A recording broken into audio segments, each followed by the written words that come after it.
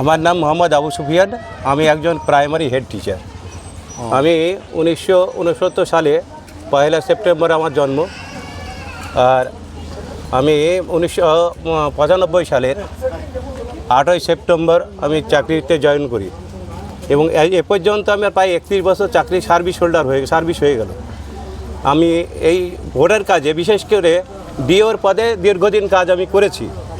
নাম সংশোধন, তারপরে নাম বাদ দেওয়া, এই সমস্ত কাজগুলো আমাদেরকে দীর্ঘমেয়াদী কাজ আমরা করেছি।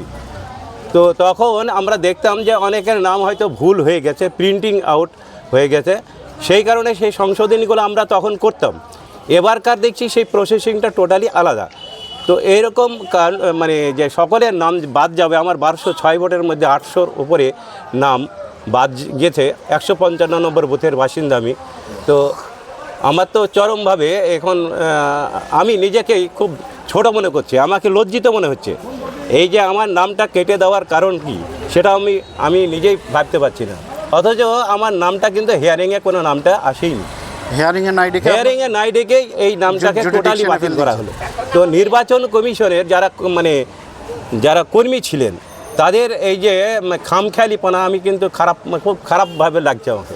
এই খামখেয়ালিপনা কাজ করার জন্য আমি দীর্ঘদিন এই যে আমি নিজেই ভোট নিতে গেছি এবং সুষ্ঠুভাবে ভোট পর্ব আমরা পরিচালনা করেছি। এতদিন যাবৎ যে সমস্ত গ্রাম পঞ্চায়েত থেকে শুরু করে বিধানসভা, লোকসভা সমস্ত ভোটে আমি কিন্তু এ পর্যন্ত কাজ করে এসেছি। তো আমার নামটা এখানে যদি বাদ যায়, আর আমার সারাউন্ডিং, আমার গোটা গ্রামটাই একেবারে সমস্ত মানুষ আমার সামনে আমরা যে সমস্ত জন্মসূত্রে ভারতীয় এরা সমস্ত মানুষের নামটা কেন এইভাবে কাটা হলো, তার জন্য আমাদের খুব এখন তো অনেক চিন্তা হচ্ছে। তো আমার অনুরোধ নির্বাচন কমিশনের কাছে, আমার অনুরোধ আমাদের সমস্ত নামটাকে অতি শীঘ্র নামটাকে তুলে দেওয়ার জন্য অনুরোধ করছি। এই জন্য এই অন্যান্য যে পন্থা অবলম্বন করেছেন তাদের ব্যাপার সেটা, কিন্তু তারা দেখে যে নামগুলো বাদ দিলেন, কী কারণে বাদ দিলেন সেটা আরেকবার পুনর্বিবেচনা করা উচিত, আর অতি শীঘ্র নামগুলো তোলা উচিত। আপনার নাম কি বললেন? আমার নাম মোহাম্মদ আবু সুফিয়ান, পিতা মোহাম্মদ আব্দুল শুকুর। আপনি স্কুল টিচার? আমি একজন স্কুল টিচার। আপনি একজন স্কুল টিচার, আপনি নিজে ইলেকশনে অংশগ্রহণ করেছেন নির্বাচন কমিশনের হয়ে, তারপরেও আপনার নাম এই যে জুরিডিকশনে এসছে, তাই নিয়ে আপনি চিন্তিত। তাহলে গ্রামের সাধারণ মানুষ যারা মাঠে ঘাটে খাটে, যারা পড়াশোনা জানে না, তারা কি? এটা তো অনেক বড় সংশয় বিষয়।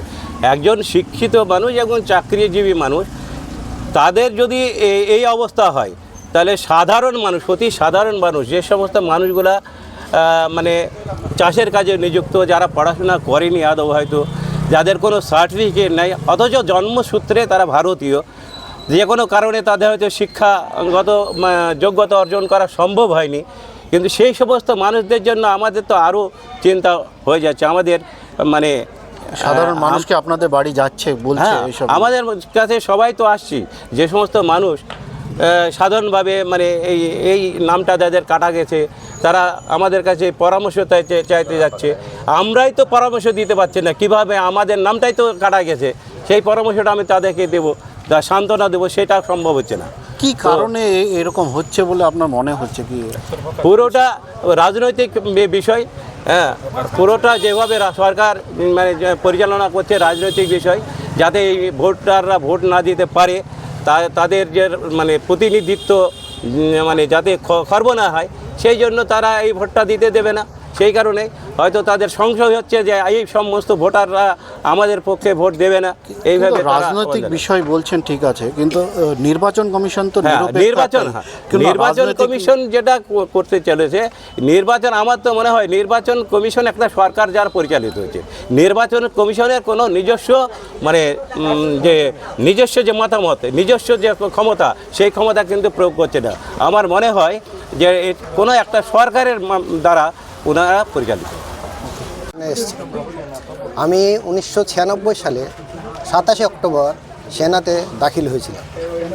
প্রায় 26 বছর 4 দিন সার্ভিস করার পর আমি রিটায়ারমেন্ট হয়েছি। আমার নাম 2002-এ এমডি আশরাফুল শেখ করা আছে। আমি 2002 ছিলাম না, আমি 99-এ কার্গিল লড়াই লড়েছি, 2002-এর লড়াই করেছি। তারপরে আমি 26 বছর চাকরি করার পর আমি পেনশন এসেছি।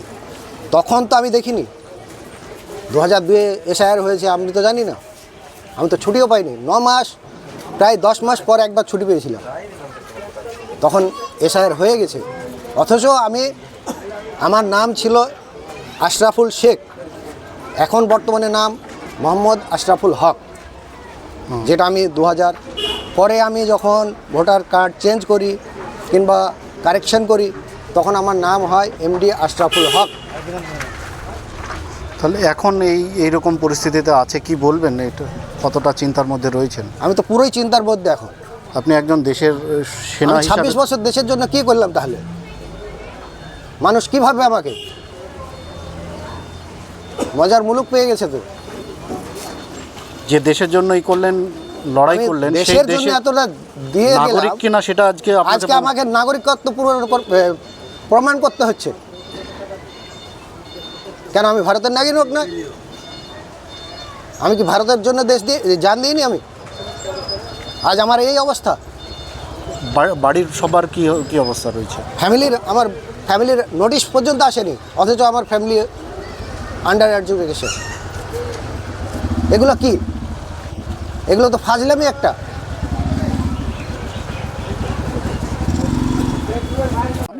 আমার নাম মোহাম্মদ আনোয়ারুল হক। কি হয়েছে মানে আপনি কি করেন এমনি প্রফেশনাল? আমি একটা ব্যবসা করি। আমার ভোটের লিস্টে নাম আসেনি, এই যে অ্যাড জুডিশিয়াল এতে আমার আবার মানে এসছে, কমপ্লেন এসছে যে আমি এখানকার জুডিডিকশন এসছে। হ্যাঁ, জুডিশিয়াল। আমি 1980 সালের 78 সালে প্রথম ভোট দিয়েছি। আমার বয়স বর্তমানে 66। হিয়ারিংয়ে নাম এসেছিল? হ্যাঁ, হিয়ারিংয়ে নাম এসেছিল, আমি কাগজপত্র দিয়েছি এবং তাতেও ডকুমেন্টস কি সাবমিট করেছিলেন? আমি বোর্ড সার্টিফিকেট মাধ্যমিকের। কত সালে মাধ্যমিক দিয়েছিলেন? 1976 সাল। বোর্ড সার্টিফিকেট আছে? বোর্ড সার্টিফিকেট আছে। আর 2002 সালে আমি ভোট দিয়েছি, 1978 সালে ভোট দিয়েছি। এখন বর্তমানে এই নাম না থাকাতে আমি খুব দুশ্চিন্তায় আছি। এই যে সামনে বিধানসভা নির্বাচন, কি ভাবছেন? বিধানসভা নির্বাচনে অংশগ্রহণ করতে পারবেন? আমার তো যা মানে কাগজপত্র ঠিকমতো না পেলে হয়তো ভোটে অংশগ্রহণ করতে পারবো না, এটা একটা দুশ্চিন্তা। এবং দুশ্চিন্তা এই যে যদি না, কি কারণে জুরিডিকশনে আসলো আপনার? আমি সঠিক কিছু বুঝতে পারছি না। আমার নাম 2002 সালে আনোয়ারুল হক ছিল, সেটা সংসদ, আমার নাম হচ্ছে মোহাম্মদ আনোয়ারুল হক, কিন্তু ভোটারের লিস্টে নাম লিখতে গিয়ে ওরা ভুল করে লিখেছিল আনোয়ারুল হক। সেটা সংশোধন করে পরবর্তীতে আমি ঠিক করেছি, তবু আমার নামটা সঠিক। মোহাম্মদটা দিয়েছিলেন? হ্যাঁ, মোহাম্মদ ছিল। 2002-এ ছিল না? না, 2002-এ ছিল আনোয়ারুল হক, আদিন্ত নয়াকার রয়সুল্লাহ। আর এখন হচ্ছে আদিন্ত নয়কার অন্তুস্তায়াকার রয়সুল্লাহ, আনোয়ারুল হক এখন। আর সেই কারণে এসছে মনে করছেন নাকি? সেটা আমি সঠিক বুঝতে পারছি না। এখন কি করবেন এই যে জুরিডিকশনে এসছে? কি এখন যদি না আসে, শেষ পর্যন্ত আমাদেরকে শেষ লড়াই লড়তে হবে, চেষ্টা করতে হবে যাতে আমাদের ভোট লিস্টে নাম ওঠে। গণতান্ত্রিক পদ্ধতিতে আমরা যেভাবে পারি সেভাবে নামটা উদ্ধার করার চেষ্টা করি। কারো কাছে গিয়েছেন এ বিষয়ে? কারোর সঙ্গে আলোচনা করেছেন? হ্যাঁ, আমার ছেলের সঙ্গে আলোচনা করেছি এবং ছেলে বলেছে যে শেষ পর্যন্ত আমরা দেখব যে কীভাবে। ছেলে কি করে?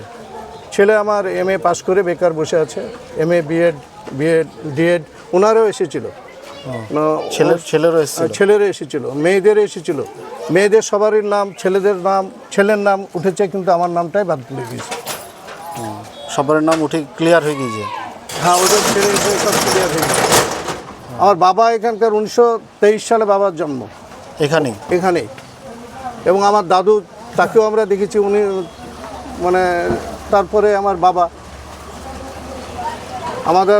আমাদের এই ইন্ডিয়ার বাইরে কেউই নাই, সমস্ত আমাদের এইখানেই, আমাদের কোনো বংশধর বাইরে নেই। তবু আমাদেরকে বাংলাদেশে আখ্যায়িত করছে হয়তো। ঠিক আছে। বিএলও হিসেবে এটাই বলতে চাইবো এবং ইলেকশন কমিশন অফ ইন্ডিয়াকে রিকোয়েস্ট করতে চাইবো যে এই ভুলগুলি যত দ্রুত সম্ভব ভুলগুলি শুধরিয়ে নেওয়ার জন্য, কারণ গ্রামের মানুষ খুবই দুশ্চিন্তায় রয়েছে এবং আমার উপরও প্রচণ্ড প্রেশার আসছে এবং দুশ্চিন্তায় আর কি ঘুম হারাম হয়ে যাওয়ার। কতজনের এসছে, কি মোট ভোটার কত তার সাথে? মোট ভোটার 1206 জন আমার মোট ভোটার, তার মধ্যে 787 জনের আন্ডার এডুকেশন দেখাচ্ছে। এদের মধ্যে ম্যাক্সিমামেরই হেয়ারিং আসেনি। হ্যাঁ, যাদের হেয়ারিং এসছে তাদের অধিকাংশ পাস করেছে, কিন্তু 2002 যাদের নাম এসছে প্রায় 100%-এরই আমার আন্ডার এডুকেশন দেখাচ্ছে। 100%? হ্যাঁ। আপনার বাবার?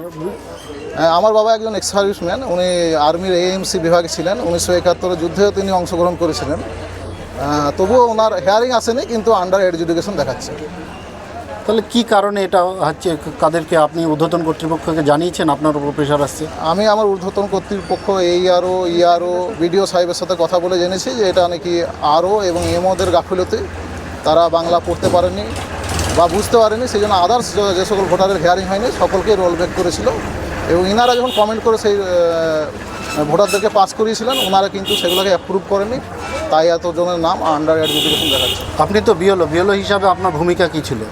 বিএলও হিসাবে আমি 4 মাস কঠোর পরিশ্রম করে ফিল্ড ভেরিফিকেশনের মাধ্যমে প্রত্যেকের ডকুমেন্টস যাচাই করে এবং প্রত্যেকে যাদের লজিক্যাল ডিসক্রিপেন্সি এসেছিলো প্রত্যেকের নামে আমি আন্ডারটেকিং লেটার দিয়েছিলাম, যাতে সিওরিটি ছিল যে ইনি জেনুইন ভোটার। তা সত্ত্বেও তাদের হেয়ারিংয়ে ডাকা হয়েছে এবং ইআরও যারা হেয়ারিং করেছে, মাইক্রো অবজারভার যিনি সেই সময় ছিলেন, তেনারা স্যাটিসফাই হয়ে ওনাদের নাম অ্যাপ্রুভ করেছিলেন। তা সত্ত্বেও এমওরা এই নামকে রোল ব্যাক করে মানুষকে বিপদে ফেলেছে। ঠিক আছে। বর্তমানে যেটা আপনারা দেখছেন যে ফাইনাল ভোটার লিস্ট পাবলিশ হলো এসআইআরের, এখানে চরম অসঙ্গতি লক্ষ্য করা যাচ্ছে। বিশেষ করে ভাবতা গ্রাম পঞ্চায়েতের অধীন শঙ্করপাড়ার 155 পাটে এবং 156 পাটে যাদের কোনো রকম নন হেয়ারিংয়েই ডাকা হলো না। 2002 সালের নাম থাকা সত্ত্বেও তাদের আদার্স হিসাবে নামটা ফাইনাল ভোটার তালিকা আসা সুনিশ্চিত। তা সত্ত্বেও এখানে দেখা যাচ্ছে যে যারা প্রপার ডকুমেন্ট আছে, সাফিসিয়েন্ট ডকুমেন্টস আছে, তাদেরও আন্ডার অ্যাডজুডিকেশন আসলো। তো এই নিয়ে আমরা যেহেতু সাধারণ জনপ্রতিনিধি, এলাকার মানুষ খুব দুশ্চিন্তায় আছে এবং তারা একটা সংশয় প্রকাশ করছে যে হতাশার মধ্যে, যে আমাদের এত সঠিক ডকুমেন্টস থাকা সত্ত্বেও, আমরা ভারতীয় নাগরিক সত্ত্বেও যেভাবে আমরা বিড়ম্বনায় পড়ছি। এর জন্য আমি প্রথমে বিডিও সাহেবকে জানিয়েছিলাম, বিডিও সাহেবের কাছে গিয়েছিলাম, আইসি সাহেবের কাছে গিয়েছিলাম। ওনারা বলেছেন যে এমও এবং আরও এদের গাফিলতি ফল্ট, যেহেতু ওরা হিন্দি ভাষী, বাংলা ভাষা ভালো বুঝতে পারে না। এই জন্য তিনি বলেছেন যে জেলা যে জজ আছেন তেনাকে বলা হয়েছে এসডিও মারফত। আমরা যতটুকু পারছি আমরা ঊর্ধ্বতন কর্তৃপক্ষকে বলছি এবং বিশেষ করে যে নির্বাচন কমিশন আছে, নির্বাচন কমিশনকে আপনাদের দ্বারা বলতে চাইছি, আমরা যে সমস্ত 156 এবং 155 পাটের ভোটার যাদের এত পরিমাণ আন্ডার অ্যাডজুডিকেশন এসছে, তাদের উপযুক্ত সময়ের মধ্যেই ভোটদান দেওয়ার জন্য যে উপযুক্ত ব্যবস্থা সেটা নিতে হবে এবং যাদের আন্ডার অ্যাডজুডিকেশন আছে সেখান থেকে তাদের সুরাহা করে তাদের ফাইনাল ভোটার তালিকায় অর্থাৎ 9 তারিখের মধ্যে যে সাপ্লিমেন্টারি ভোটার লিস্ট পাবলিশ হবে সেখানে যেন নাম নথিভুক্ত থাকে, এই আবেদন করছি। আপনার নাম পরিচয়? আমি মোহাম্মদ সিরাজুল হক, ভাবতা গ্রাম পঞ্চায়েতের জনপ্রতিনিধি।